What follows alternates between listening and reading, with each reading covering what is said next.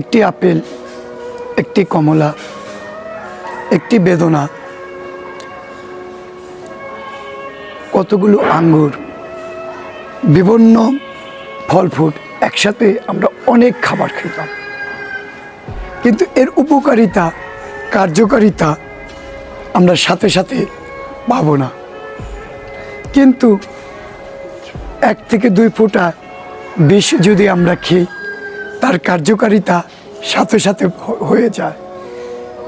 তেমনি আপনি অনেক ভালো কাজ করবেন, দেখবেন তার ফল সাথে সাথে পাওয়া যায় না, কিন্তু একটি খারাপ কাজ তার সাথে সাথে ফল পাওয়া যায়।